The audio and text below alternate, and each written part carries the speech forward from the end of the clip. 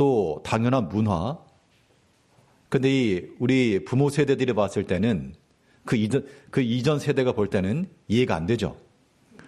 하루 종일 핸드폰 들고 살고, 하루 종일 귀에다 이어폰 꽂고 살고, 뭐 그런 모습들이, 물론 요즘은 이제 전 세대적으로 그런 문화들이 이제 함께 하고 있지만, 특별히 그런 세대들을 가리켜 MZ세대라 그렇게 표현해 줍니다. 그 세대를 구성하는 사람들의 특성이 어떠한지를 보여주는 건데요. 그러면 우리는 어떤 세대일까? 또 어떤 세대가 돼야 되는가? 우리는 당연히 하나님 나라의 세대가 돼야 마땅합니다. 오늘 본문에서도 이제 인자가 다시 오실 것이라, 다시 오실 예수, 우리 노래도 불렀는데 인자가 다시 오실 것이라, 다시 오실 예수. 그러면 그 다시 오실 예수라고 하는 것이 우리에게 의미하는 바, 이 땅이 다가 아니다 그 얘기인 거죠. 우리 믿는 바, 우리 믿음은 우리의 살아가는 이 땅이 다가 아니고, 우리가 비록 이 세대에 사나 우리는 또한 저 세대를 기다리며 준비하며 사는 사람들이라. 그런 의미에서 이 땅의 백성들로 살지만 또한 하나님 나라의 세대로서, 그러면 그 나라의 세대들은 어떠한 특징을 지니고 있는가, 이제 그게 중요한 거죠. 이 MZ세대들이 디지털 문화에 익숙하고 또 자기 소비, 자기 가치에, 자기 소비에 가치를 두고 뭐 그런 것처럼 하나님 나라의 세대로 살아가는 사람들, 그 특징이 무엇이겠는가? 또 그 날이 다가올수록 우리가 어떠한 사람들이 되어야 되겠는가? 오늘 본문 말씀을 통해 살펴보도록 하겠습니다. 첫 번째 특징은, 하나님 나라의 세대들의 특징은 영의 마음을 지니고 있다는 겁니다. 영의 마음이라고 하는 것이 우리에게는 피부적으로 현실적으로 다가오는 것 같지 않을지라도 이것이 본질입니다. 영이 무엇입니까? 항상 드리는 말씀과 하나인데요. 이번에 우리 입교식 준비하는 학생들에게 하나님에 관하여, 하나님이 어떤 분이시냐 질문에 대한 답은 하나님은 영이십니다. 그 영이 무엇이냐? 라고 물어봤는데요. 그 이제 질문을 할 때 영의 반대는 뭐냐 물었더니 6.25 대답 잘했다. 육체란 무엇이냐? 사람 몸이요. 그래, 그 말도 맞다. 육이라고 하는 것은 우리 몸, 눈에 보이는 것들이 육이다. 그럼 영은 무엇이겠느냐? 영의 반대가 육이고 육은 눈에 보이는 거라 했으니 영은 보이지 않는 것이요. 맞았다. 정답이다. 하나님 영이라 했으니 하나님은 보이지 아니하시나 실존하시는 분이라. 그 영이신 하나님을 우리가 알아야 되고, 그 영이신 하나님 우리가 만나기 위해서는 우리 육체로 만날 수 없으니 우리의 마음과 정성과 생각과 뜻을 기울여 하나님을 찾아야 된다. 이렇게 일러 주었는데요. 영의 마음이라고 하는 게 그런 겁니다. 우리가 오늘날 이 시대에도요, 눈에 보이는 것을 따라가는 것은 육체의 삶이죠. 반드시 우리가 영의 마음을 지녀야 됩니다. 자, 영이란 무엇이라 그랬습니까?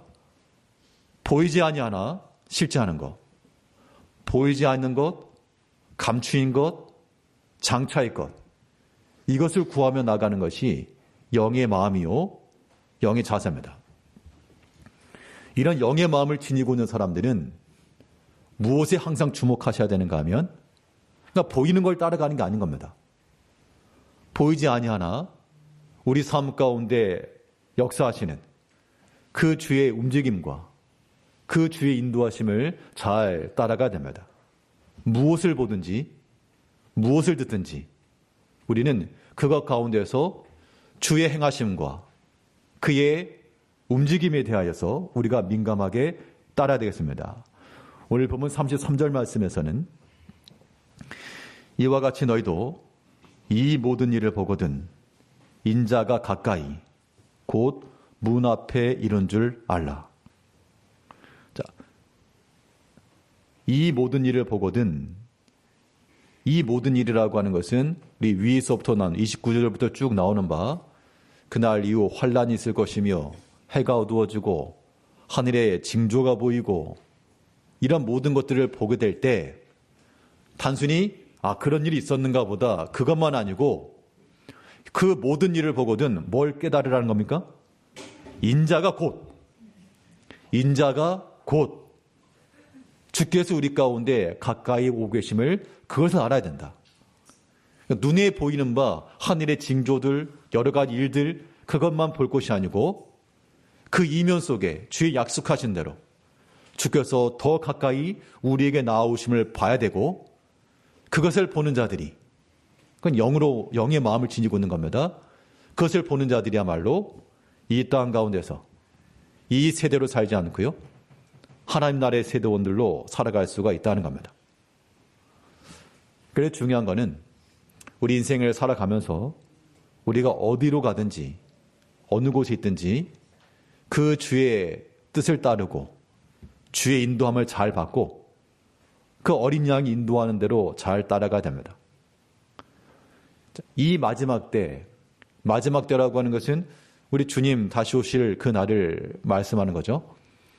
이후 주님께서 다시 오시게 되면 이미 하나 앞에 이른 수많은 성도들이 다 함께 모여서 우리를 맞이하러 올 것인데 그때가 이제 우리 마지막 때 아니겠습니까? 영원한 마지막 문이죠. 그러면 그때가 이르게 되면 무슨 일이 일어날 것이냐? 그때 하나님 앞에 모이는 자들은 즉 이 세대 가운데서라도 하나님 나라의 세대로 살아가는 사람들은 그 한 자리에 모일 것인데 그들이 이 땅에 살아가면서 어린 양의 인도를 잘 받고 어디로 인도하든지 잘 따르는 자들이라 그렇게 말해주고 있습니다. 우리 요한계시록 14장 4절 말씀에서 이 사람들은 여자와 더불어 더럽히지 아니하고 순결한 자라 어린 양이 어디로 인도하든지 따라가는 자며 여기서 말하는 이 사람들은 이 계시록 14장에 나오는 14만 4천인이고 이 구원받은 모든 주의 백성들의 총합입니다. 그런데 그 모든 구원받은 백성들의 특징이 무엇인가 봤더니 순결한 자요 또한 어린 양이 어디로 인도하든지 따라가는 자라. 그 주께서 인도하시는 그 길을 따라가는 것 이것이 이 세대 가운데서 우리가 영의 마음을 지니고 영이신 주님을 따라가는 길이 됩니다. 그러면 따라간다 그랬으니까 앞에 가야지 따라갈 거 아닌가? 그런데 영이라서 보이지도 않는데 어떻게 따라갈까? 우리 삶 가운데 적용하는 방식은요. 우리가 주님을 따라간다라고 할 때 우리가 주님이 먼저 가시고 따라가는 것도 하나의 방식이지만 우리 실제적 삶 속에서는요. 내 삶 가운데 주님이 함께 하시는 것을 생각해야 돼요. 내가 교회에 가든지 직장을 나가든지 가정에 있든지 어느 곳에 가든지 주님은 어디에나 계시는 그러한 하나님이시니까 이미 우리 앞서 가신 겁니다. 교회도 이미 앞서 가셨고 가정도 이미 앞서 가셨고 직장도 이미 앞서 가셨고 그렇기 때문에 우리가 이르는 곳마다 이미 주님께서 우리를 인도해 오셨으니 그 가운데서 우리가 주를 따르는 자가 되는 것이 중요하다는 얘기죠. 교회 내에서 주를 따르는 길이 무엇이겠습니까? 교회 내에서 주를 따르는 길은 당연히 주의 그 말씀 앞에 엎드릴 줄 알고 순종할 줄 알고 자기 주장과 자기 고집 내려놓을 줄 알고 이게 주를 따르는 길이죠. 그런데 그렇지 않고 아주 주를 끌고 다니려는 사람들이 있어요. 그런 마음은 선한 마음이 될 수 없습니다. 가정에서도 마찬가지고요. 또 직장에도 마찬가지일 겁니다. 이미 주님께서 이미 거기에 가셨으니 주의 인도하심을 따라 어린 양을 따라간다라고 하는 것은 이미 그곳에 계신 주님을 따라 당연히 성실하고 또한 모든 말과 행실에 있어서 은혜 가운데 또한 사람들에게 칭찬받을 만한 그러한 언행을 가지고 그것이 어디로 가든지 어린 양을 따라가는 거죠. 이것이 보이지 아니하나 실제 하시는 영이신 하나님을 따라가는 길입니다. 하나님 영이라 그랬습니다.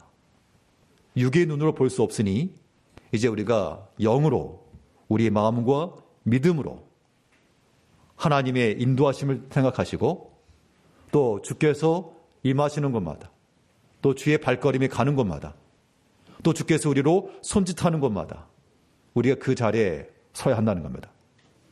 이것이야말로 이 땅 가운데 살아가는 하나님 나라의 세대들의 중요한 특징입니다. 만약 그렇지 않고요. 육을 따라 살아간다라고 하는 것은 육체의 특징이 무엇입니까? 육의 특징이라고 하는 것은 일단 어둠을 좋아하고요.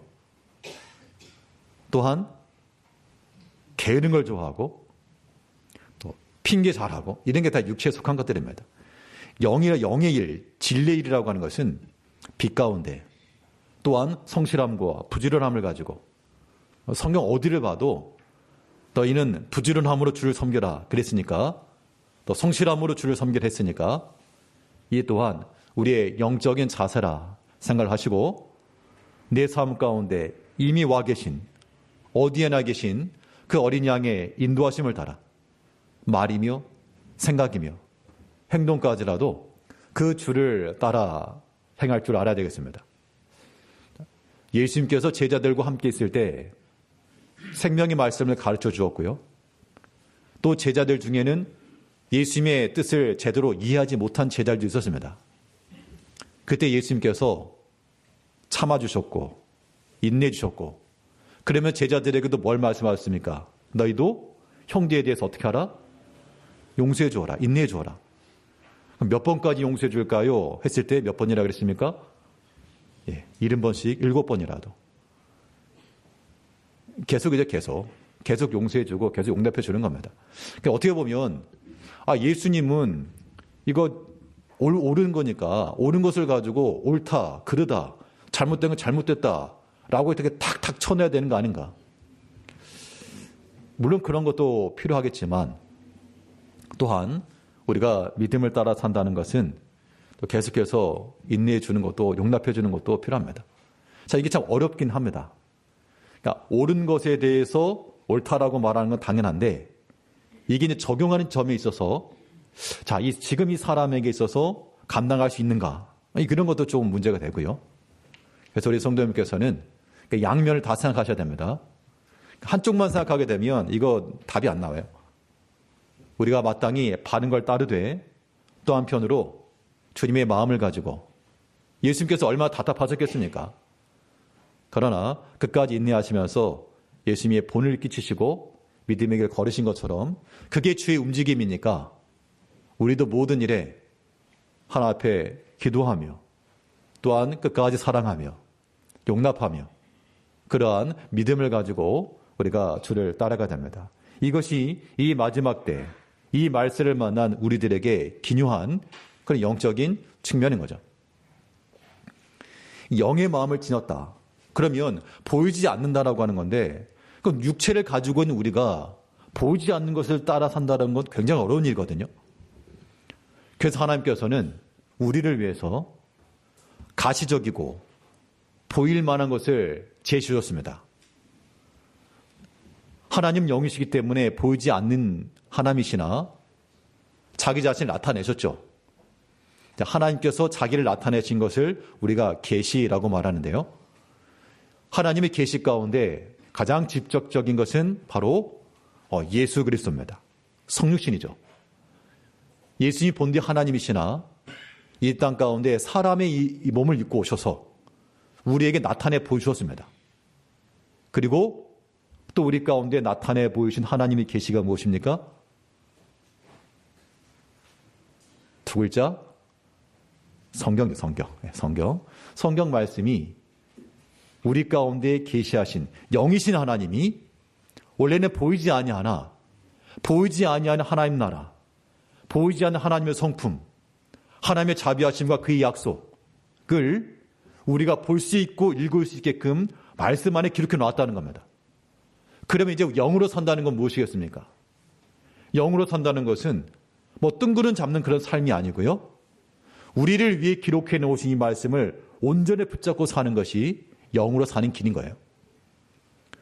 성경은 뭘 말하고 있는가 하면 성경에 기록된 모든 내용들은 그 기록된 목적이 말세를 당한 우리를 위해서 기록된 거라 그랬습니다. 즉, 이 마지막 때가 이를 때까지 우리가 하나님의 말씀을 통해서 우리의 본보기를 찾고 내게 말씀하시는 바, 또 나의 나아갈 그 길을 찾는 것, 이게 무엇보다 중요한 겁니다.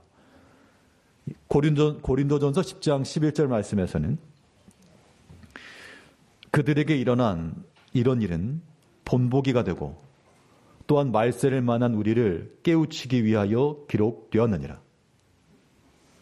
자, 예수님께서 말씀하시는 바, 이 마지막 때가 되면 말세 때 일어날 여러 가지 징조들에 대해서 말씀했는데 그거 보면 무서워해라, 두려워해라가 아니라 이 마지막 때를 만나서 너희가 어떻게 살 것인가에 대한 그런 권면인데요.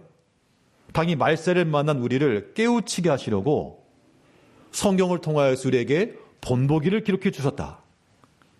그러면서 이 성경에서 말하는 바는 그 당시 광야 백성들이 뭐 거기서 우상을 만들고 일어나 뛰고 놀고 마시고 그런 장면을 기록하면서 비록 그러한 일까지라도 세세하게 기록해 놓은 이유는 이 말세를 만난 너에게 본보기가 되라고. 본보기가 된다는 건 뭐겠습니까? 그것을 보고 너희의 삶의 방향을 고치며 바른 길로 돌아서라. 이게 본보기의 의미죠. 그러므로 우리가 영으로 산다라고 하는 것, 실체가 없는 허공을 치는 그런 싸움 아닙니다. 영의 마음을 지니고 산다라고 하는 것, 우리를 위해 본보기로 기록된 이 생명의 말씀을 우리가 듣고 깨우치는 겁니다. 그래서 성경을 읽으실 때마다 또 말씀을 대하실 때마다 그 안에서 깨달음을 얻으셔야 돼요. 하나님의 말씀을 듣고 우리 마음 가운데 깨닫게 하시는 이는 성령 하나님이십니다. 또 성경 약속은 하나님의 말씀을 사모하는 자들마다 하나님께서 만족해 하신다 그랬고, 또 어떤 경우에 하나님의 말씀을 듣다 보면 이게 나에게 주신 말씀인가? 그 깨달음이 오기 마련인데요. 우리가 그런 말씀을 듣고 이게 내 모습이구나. 성경에 나온 이 모습이 바로 내 모습이구나. 라고 하는 것을 깨닫는 것이 바로 우리가 영의 마음을 가지고 살아가는 겁니다. 지극히 현실 가운데 살아갈지라도 우리는 이 땅에서만 사는 것이 아니요 하나님 나라의 백성으로 사는 백성들이므로 반드시 그 말씀을 힘써 주의 깊게 읽고 듣고 창념하는 일에 힘을 쓰셔야 돼요. 그래서 성경에서 말하기를 바울 사도는 그 교인 그의 디모데에게 목회 후배이기도 하고 또 교회 성도들에게 주는 권면이 내가 너희 갈 때까지, 내가 너희 이를 때까지 뭐에 힘쓰라 그랬습니까? 내가 너희 이를 때까지. 이 말은 바울 사도의 명령이지만 또 주님께서 우리 개개인마다 오늘 신약을 살아가는 우리 성도들에게 주신 그런 말씀이거든요.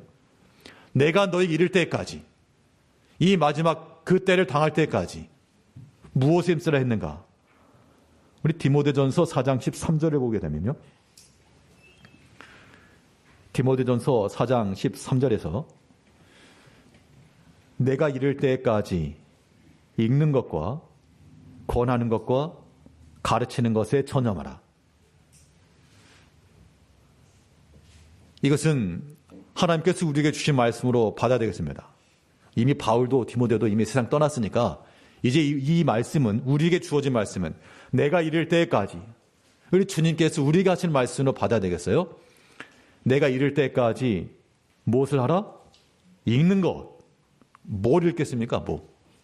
성경 읽으셔야죠. 성경 읽는 것. 저 눈이 아파서 못 읽겠습니다. 저도 요즘 눈이 잘 안 보여가지고 가까운 데 보려고 하면 안경을 벗고 보아야 되는 이런 때가 됐습니다. 그런데 분명히 말씀 읽는 거 그랬으니까 읽어야죠.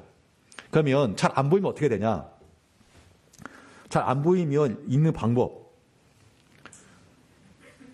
이거를 이제 가까이, 이렇게 가까이. 잘 안 보일 때 방법이 없어요. 가까이 하면 그래도 보이죠. 그래서 성경에서는 하나님의 말씀을 너희 미간에 붙여라. 미간에 붙여라. 너희가 달려가면서 읽을 수 있도록 미간에다 붙여라. 그렇게 말했는데요. 분명 읽는 것을 명했으니까 읽으셔야 돼. 그러니까 요즘 그 디지털 이게 MZ세대가 뭐 이 젊은 세대들만 아니고요. 우리 이미 기성세대들도 많이 익숙해지셨죠. 그래서 우리 뭐 핸드폰에 스마트폰에도 다 성경 다 있고 언제 펴볼 수 있는데, 근데 이제 그 학습적 측면에서 보게 되면 그래도 여전히 이 종이로 된 책으로 공부하는 것이 학습하는 게 또 효과가 있다. 그런 연구 결과가 있다 그럽니다. 저도 당연히 뭐 핸드폰으로도 성경도 보고 하긴 하지만 이게 핸드폰이나 컴퓨터로 보는 것과 또 기록된 책으로 보는 것도 달라요. 그 느낌이 다릅니다. 물론 내용은 똑같은데 뭔가 주어지는 그 영감이 다르다라고 할까요? 그래서 가급적이면 기록된 책을 가지고 성경을 가까이 하시고, 성경이 그런 찬송이 그런 찬송 있잖아요. 나의 사랑하는 책, 귀하고 귀하다. 하나님의 말씀을 아무튼 읽는 거 중요합니다. 거기에서 보화가 발견되는 거예요. 그리고 권하는 것, 가르치는 것 전념하라 그랬으니까, 이거 뭐 권하고 가르치는 거는 누가 하는 겁니까? 이거 뭐 목사가 하는 겁니다. 물론 디모데에게 한 거니까 디모데가 맡은 사명 가운데 가르치는 일이 있었으니까 당연히 그 사명 가운데 일부게도 하겠고요. 또 우리 모두에게 해당하는 거죠. 하나님의 말씀 읽고 그 말씀을 또 권해주고, 누구에게 권하시겠습니까? 자, 말씀 읽었어요. 이거는 디모데에게만 읽으라는 게 아니죠. 목회자들만 뭐 읽으라는 거 아닙니다. 읽었으면 누구에게 권해야 되겠습니까? 나의 사람들, 하나님께서 내게 전해 주어라 라고 말한 사람들, 뭐 가정에서는 자녀들일 수도 있을 것이고요. 하나님의 말씀대로 권해줘야죠. 하나님의 말씀대로 살아라. 그리고 또 관계 속에서 하나님께 내게 붙여주신 사람들, 그러니까 무의미하게 생각하지 마시고 다 의미 있게 부여하셔야 됩니다. 하나님께서 내게 말씀 전해주라고 저 사람 보내줬는데 내가 세상 시덥지 않은 이야기 하느라고 시간 다 보낼 것이 아니라 우리가 진지하게 하나님의 말씀을 좀 전해주고, 또 말씀 드릴 수 있는 기회를 좀 주고, 말씀 좀 들려주고, 그런 기회를 삼는 것 굉장히 중요한 겁니다. 안 해서 그렇지 일단 해보시자고요. 아, 저 사람 안 들을 것 같은데요? 예수님께서 그런 말 들으시면 그러실 것 같아요. 예수님, 저 사람은 말 안 들을 것 같은데요? 말해도 안 들을 것 같은데요? 그때 주님께서 뭐라 그러실 것 같습니까? 우리에게. 그건 네 생각이고. 실제로 우리가 그런 복음을 전하거나 말씀 전한다고 해서 모든 사람이 돌아온 건 아닐 겁니다. 그러나 그 중에서는 듣지 못해서 혹은 권함을 받지 못해서 첫 걸음을 떼지 못하는 사람이 있을 수가 있어요. 분명히. 그런 것에 대해서 우리가 그 책임이 지지 않도록, 그 피값이 우리 가운데 임하지 않도록 힘쓰셔가지고 아무튼 가까운 모든 관계성 속에서, 우리 전도를 말할 때 관계전도 말하잖아요. 우리 성도님들의 관계성 속에 있는 사람들 가운데 뭐 어떤 세상 얘기만 하느라고 그렇게 하지 마시고, 그 과정 속에서 반드시, 그러니까 뭐 어떤 설교라는 것보다도 내가 깨달은 하나님, 어떤 사건 속에서 이런 일이 있었는데 참 하나님이 지켜준 것 같아서 참 감사하다. 그런 표현들이 하나님을 증거하는 거죠. 뭐 성경 펴놓고 설교하라 그런 건 아닌 겁니다. 하나님께서 내 삶 가운데 역사하신 것, 하나님이 도와주고 지켜주신 것, 그런 것들에 대해서 함께 나누고 이야기해 주는 것만으로도 그들에게는 큰 힘이 될 수가 있어요. 우리는 모르는 일입니다. 모를 일이에요. 하나님께 어떻게 역사하실지. 내가 이를 때까지 읽는 것, 권하는 것, 가르치는 것에 전념하라 했으니 이제 우리 개인적으로도 그래야 되겠고요. 또 교회적으로도 이 읽는 것, 권하는 것, 가르치는 것에 전념해야 되겠습니다. 특별히 이제 뭐 항상 하는 말이지만 우리에게 소망이라고 하는 것은 오직 다음 세대밖에 없는 거죠. 우리 청년들, 학생들, 이 학생들이 자녀 세대들이 하나님의 말씀 안에 견고히 서 나갈 수 있도록 우리 모든 성도님들은 힘을 다 써주셔야 되고 마음 모아주셔야 돼요. 다 중요한데, 교회 일이라고 하는 다 중요하죠. 다 중요한데 우리가 어디에도 힘을 쓰고 초점을 둬야 될 것인가 라고 하는 것은 분명히 의심할 여지 없이 가르치고 교육하는 겁니다. 그래서 우리 다음 내년도에서는 좀 더 이 교육부서에서 이 교육자들에게도 좀 더 힘을 쓰고 또 새로운 것도 좀 도전해보고 그런 거 좀 시도해봐라. 주문을 좀 넣어놨는데요. 우리 모든 성도님들도 이거 참 중요한 일로 아시고 다 마음을 모아서 이 가르치고 권한 이 일에 힘을 다해야 됩니다. 이것이 이 영의 마음을 가지고 살아가는 거예요. 이 세대 가운데 우리가 땅에 묻혀 살지 않고요. 세상 논리에 묻혀 살지 않고 하나님 나라의 백성으로서 주의 인도하심과 어디로 가든 따라가며 우리 가운데 주시는 그 생명의 말씀을 따라 말씀의 본을 따라 끝까지 주의 말씀을 따라 살아가시는 성도님들이 되시길 바라겠습니다. 둘째로 이 하나님 나라의 세대의 특징이 무엇이겠는가? 이 세대의 특징이라고 하면 마음이 이제 세상과 동조되지 않는 것이죠. 세상과 동조되지 않는 것이므로 세상에 때가 묻고 더러운 것이 묻었을 때 그대로 두지 않고 깨끗하게 하고 성결하게 하며 우리 마음을 회개하는 마음이 될 것입니다. 회개의 마음이라고 하는 것이 또한 이 세대 가운데서 하나님 나라의 세대로 사는 길인데 회개라고 하는 것은 결국 무엇을 버리는가? 죄악된 일을 버리는 거죠. 죄라고 하는 것은 하나님과 우리 사이의 관계를 막는 거라 그랬습니다. 그러므로 우리 앞에 주님 앞에 있는 온갖 죄의 장애물들 이 모든 것들을 다 버려야 되겠고 그걸 치우지 않으면 어떻게 될까? 회개치 아니하면 그날에 우리에게 진노가 임할 것임을 경고하고 있습니다. 로마서 2장 5절 말씀을 보게 되면 다만 내 고집과 회개하지 아니한 마음을 따라 그날에 임할 진노를 내게 쌓는도다. 분명 이거 회개에 마땅한데 사람이 회개를 하지 않아요? 그 이유는 뭐라 그랬습니까? 왜 회개하지 아니한 마음을 가져요? 고집이니까. 고집 부리는 거예요. 사람의 생각이 완고하고 자기 생각이 완고하다 보니까 이제 뭐 하나님도 이겨먹는 거예요. 그런 마음은 안 된다니까요. 우리 교회 내에서 누가 지혜로운 자냐, 누가 큰 자냐, 목소리 큰 사람이 큰 자가 아닌 거예요. 가장 낮은 거. 오히려 조용할지라도 자기 주장하지 않고요. 자기 고집 부리지 않고 주를 위해서 함께 수고하며 함께 마음을 놓으며 또 우리 모든 것 하나님께서 우리에게 감동하신 대로 회개하고 돌이킬 줄 알며 그런 것이 우리가 영광과 복 가운데 나가는 건데 아무튼 사람이 이렇게 그의 고집과 회개하지 않은 마음을 그대로 가지고 있다는 겁니다. 그런데 그 결과가 뭐라 그랬습니까? 그 결과는 너희에게 임할 진노라. 그러니까 우리가 하나님 앞에서 회개의 마음이라고 하는 것은 해도 되고 안 해도 되고 하는 게 아니고 우리 개인의 입장에서는 이거 안 하면 큰일 나는 거죠. 이거. 매를 버는 거니까 우리 이 땅 가운데서 세상의 것으로만 살지 않고요. 하나님의 그 마음을 따라 하나님 앞에 합당하지 아니한 것도 있으면 다 내려놓고 소멸하는 영, 심판하는 영으로 우리의 모든 더러운 것을 다 씻기고 오직 하나님 앞에 바른 마음을 지니고 나가야 됩니다. 자, 회개하지 않은 것들은 마치 무엇과 같은가 하면 우리 몸과 마음에 달려있는 짐과도 같은 거예요. 그 달리기를 할 때 빠르게 달리려면 선수들이 아무튼 그 복장도 뭐 두꺼운 외투 입고 뛰는 사람 없죠.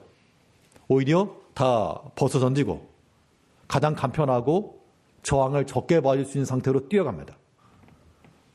근데 이제 이슬람권에 있는 사람들은 그런데도 여전히 히잡 같은 거 두르고 칭칭 동여매고 달리죠. 그 사람들 입장에서는 당연한 것처럼 보일 줄 몰라도 다른 시각에 보게 되면 그냥 어리석은 거. 그거 왜 들고 뛰냐? 그걸 더 여전히 뒤집어 쓰고 달려가냐?